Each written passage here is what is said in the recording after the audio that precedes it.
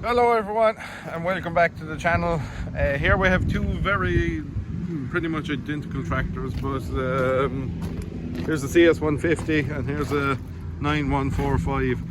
So we're going to do a bit of detail on the two of them. This is going to be kind of a step-by-step video for what to look for if you're looking at a tractor. You know, it's I don't know how best to say this, but obviously a lot of people are looking at tractors every day, and hours are always hard to tell if they're, you know, if they were never altered or if a tractor's gone around the clock or whatever. So basically these two tractors, I think there's about 100 hours between them on the clocks, but that one there has 10,000 hours more than this one. So while the two of them of the same model are right next to each other, that tractor is actually in very good condition for its hours. But from being around tractors the whole time, or anybody who works with tractors all the time will be able to spot it. But if you're not used to looking at those kind of things, I'm going to do a step-by-step thing around them, you know, that'll indicate things to look for if you're looking at a second-hand tractor. And we have two totally different fertilizer spreaders on the back of these as well, so I'm going to kind of compare like with like and show you the controls of each and see. So they're two pretty big modern spreaders and they both do two totally different jobs. So like I say, we'll go step by step on each one and show you the differences. Right, so we'll start at the very front and we'll work our way backwards. Obviously a front linkage is a front linkage. There isn't a whole pile you can tell in that. If I was looking at this tractor, if I hadn't the weight block on it, I'd probably give him a shake and just see, can I see much wear in the pins and all of that kind of thing of it. Two of these now have front suspension, so they have the same front axle. As you can see, there's pretty much no wear in the pins and bushings here on this axle. While there is a lot of paint gone off the axle, I wouldn't take any notice of that because that's either parked outside or, depending on the spraying work it could have been doing or working in gravelly conditions, paint work on an axle or a thing like that wouldn't at all concern me in any way, shape or form. Here you can see these grills are all straight. Everything is lining up as it should be. Headlights are a good indication as well. You'd see the you know, inside it. This one is probably a bit clearer because it's not condensed, but see it's silver coating is still perfect inside in it. Obviously that means the lamps haven't been lit for as many hours, and you can see that in the roof ones there as well. Coming back along here, we can see this tractor has a new starter motor, which would indicate there was some electrical work done to it. Obviously there was a starting issue or something like that with the tractor, so they fitted a new starter motor. Doesn't give you an indication of anything right or wrong, but obviously you can just see that there's a new starter motor fitted to it. Go out here and you can see these little brackets were made up to hold the hoses going out. That would indicate to me that somebody paid some bit of due diligence and care to the tractor at some point in their life, that because some other people would just cable time around there and it wouldn't be quite as neat. Exhaust pipes, even though it's very hard to tell with CVX ones, but a lot of other makes exhaust pipes wear out after a set amount of time, so it's always a good indication of how much work a tractor has done. Something I use for these tractors, particularly CSs and CVXs, if they've worked hard, the paint does be gone off of the inside of the exhaust, or if they're parked outside a lot. Whereas you can see this one is pretty good up and along. They tend to go to about here. The paint comes off of them, but up along it's pretty good. Handrail at this side, there was nobody ever really in and out of the cab at this side, which is you can't really go by it 100%, but it's a paint on your handrails is a good indication of usage of the tractor as well. Kind of hard to see in here now, but good indication of whether the brakes have been removed on a tractor is if you look at your half housing and see if the paint is gone off of the bolts. Now it's hard to tell with this one because again it was in a condition where the paint got rubbed off in the underneath of the tractor, but if I actually go up underneath it, I can see that all the bolts in the half housing were never removed in this one, so therefore the brakes were never out of it. Spool valve covers are all up here. All is pretty straight up here. With something off of, with no implement on the lift, that gives the lift a shake and just see what kind of wear is in the pins here. This one has a little bit of wear here, so it's indicating that the tractor done some heavy linkage work in its life. Again, here you can see the back roof lights haven't been, the coating is still inside them, which is an indication that they haven't got very hot from running for long periods of time. Moving on to the cab, as you can see the paint has just gone here and here where you would be grabbing commonly. There's not a whole pile of the paint gone off of the handrail. And likewise inside, it's not terribly worn away in the interior. All these LEDs are present, which is something I always kind of look for. Seats are an awful good indication as well of hours. I would typically say the life of a seat is 11,000 hours you'll get out of a seat.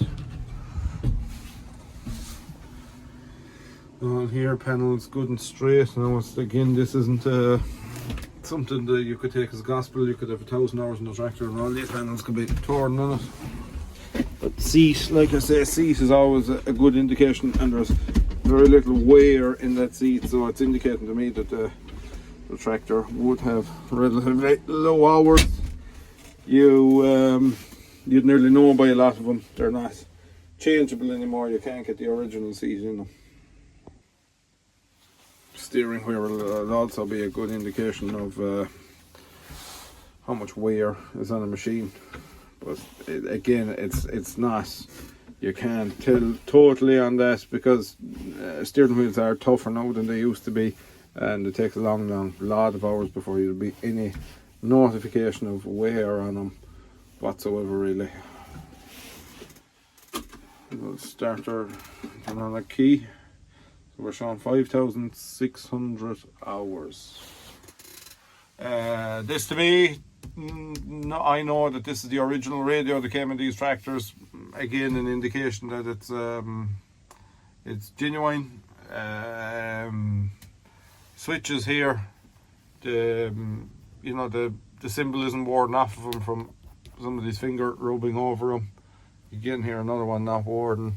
Air conditioning, something I check from time to time, see if it's working, but you can again can have that not working in a lot of modern tractors. So our lift one here is symbol is worn off of that, so that'll be indicating to me that the tractor has a good bit of lift work done. Forward drive symbol not worn off, diff lock symbol not worn off, automatic PTO symbol showing some sign of wear, so I'd look over here then, and the PTO symbol also has some wear, a lot of wear on it, so probably doing PTO and lift work, that'd be my thinking of it anyway. Everything in place here, decals in place, gear stick good and tight.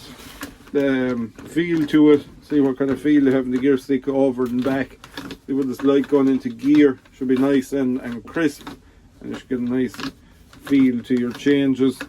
Then driving it on the road, which I'm not going to do here now, but if you drive this tractor on the road, you just know straight away that it's so tight and solid and quiet and running right, So we'll go to this one and compare like with like. Again, can't see any wear much here, so that would indicate to me it was well greased. But if you go to this one, you can see there's, if I rubbed off that grease there's a bit of wear in that pin. This axle the paint hasn't been rubbed off of this axle so much. Now, something you can do to see how your kingpins are is lock your steering onto the last, give it a little wiggle. If you're somebody with you, or else look out the window, you Shouldn't be able to see movement in and out here. Once it locks on, it should stay centered. If there's wear in your kingpins or anything like that, you'll be able to see it coming in and out there. Again, front linkage we can't tell because there's a weight block on it. The headlights wouldn't be in near as good a condition as the other one, naturally enough, because they've ran for more hours. Not lining up here.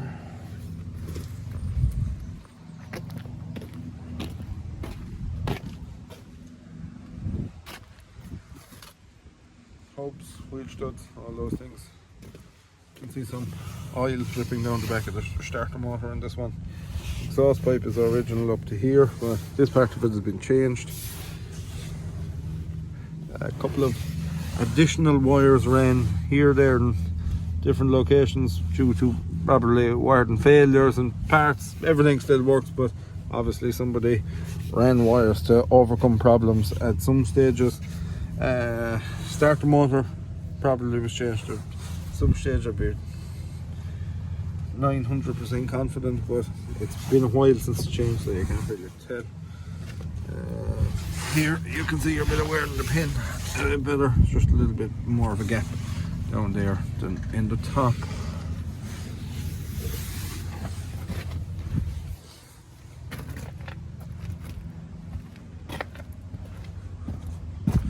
Lights in the back of the cab in this one are in good condition.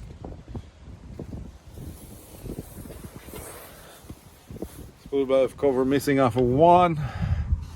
All good and straight up here. Air on this one. Just hydraulic brake on the other one. Pickup hitch is in good condition on this one. Obviously there's no pickup hitch fitted to the other one yet, but that's always something people always do when they're checking the pickup hitch. They grab this and shake it there, and that's not going to tell you much, because even I can show you a brand new pickup hitch and it'll still have that movement on it. You kind of want to see it when it's latched over the distances here. It's very hard to tell unless you have a trailer on if there's wear or no wear in the pickup hitch. Obviously if this is worn away down to nothing down here, then yeah, your hook is worn or whatever, but it's hard to tell without a lot of weight on it if the pickup hitch is worn or not. A lot more wear in the paint on the door handle of this one. Totally gone down along there, and even out here it's gone as well. Steps good and straight. Again, you won't bend the steps in these, but other makes steps wear a lot from use. This little bit of plastic gets broken there. It's stuff like that. When hours get up, you'll have more things like that broken in them. Vents all good in this one as well. I was fixing an electrical issue in here, so that's why that panel is off, but all this is good and straight. Seat is good, but I know that that's not a first day seat, so that's not the original seat that came in these. And there's a bit of wear in it. If I put my legs down, I can push the seat up like that. So, like I said, not the first day seat. Gear stick, a lot more play in it in this one than the other one. You can even twist the top of it there a little bit. Obviously the top of the gear stick is cracked in this one, whereas it's sound in the other one, but even so, it's not as crisp as the other one, and its changes, you could nearly get that to, you can get it to touch the potentiometer there, whereas there's no way you can do that in the other one. Not the original radio. Nowhere in these switches. Wear in the suspension switch, wear in the 4-wheel drive, wear in the diff lock, wear in the lift, wear in the PTO. Again, all would indicate to me that if I came into this blind, if I didn't know the history of the two of these, I would say this one is a bit more work done. That'd be my guess. Steering wheel in this one, it's gone soft, twisted like that. There's no dimples remaining like this surface in here. It's all worn off from hands on the steering wheel. This one is showing 5,288 hours. So not a whole pile of difference on the clock, but there's actually 10,000 between them. And to drive them, you'd know. But they were like, I wanted to go through the little things you could look for, but to drive the two of these down the road, you would know instantly. So this is a Roucher Raccoon. You saw a little bit of this in the last video, and thank you for, much appreciated, everyone who watches the videos, contacted me. It took a lot of time now and showed me control boxes and how they use it. It's one great thing about the YouTube channel is you meet very helpful people through it. So I appreciate anyone who took their time to show me how to use one of them. This, you'll have to remind me again. I think I changed this for the width, isn't it? Just need somebody who's already told me to remind me what exactly I do with this and what exactly I do with that. Everything else I have it under control. But anyway, we'll go on the cab and we'll compare the two spreaders because they're both around the same age. So this one is electric controlled. Just take the tractor out of gear now and start it. Oh Jesus, somebody had the hand throttle out to the last. That was a good idea now, wasn't it?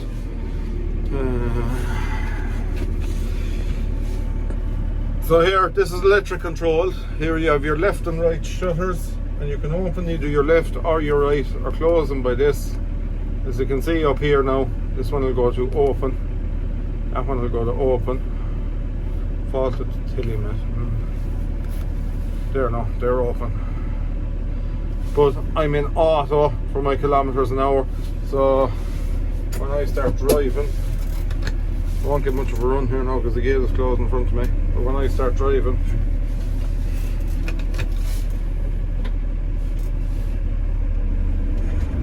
they'll start opening. See the two values are going up here. Now the spreader is opening, because they're at 27. And now they're closing. Because obviously they're moving slower. So that's how that one works. It's basically taking a reading off the tractor speed sensor. It knows what speed the tractor is moving at, and therefore it's opening the shutters to put out what I have it set to, which is I think like 50 I don't know what I have it set to. I was just fooling with settings on it.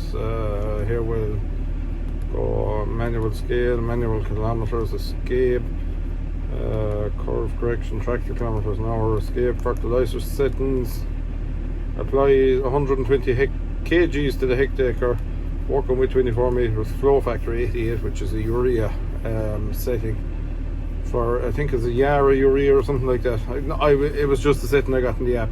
I don't know what the fault at the telemat one means anyway, but yeah, that's how this spreader works. You have no spool valves, no controlling it inside in the cab whatsoever. All your controls are done through that little unit there, and that's him switched off.